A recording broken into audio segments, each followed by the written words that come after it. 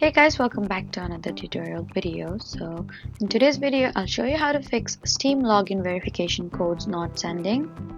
So first you need to make sure you're checking the correct email inbox, including your spam and junk folders.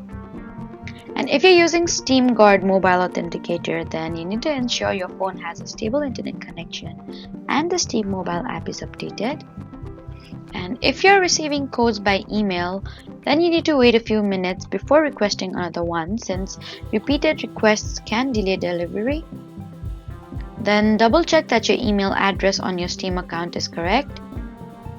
And if you're using a VPN or proxy, then temporarily disable it and try again. And if the verification code still doesn't arrive, you need to visit Steam support and follow the account recovery process for additional assistance. So that was how to fix Steam login verification codes not sending. Please do not forget to like, comment, and subscribe for more helpful tutorials. Thank you for watching.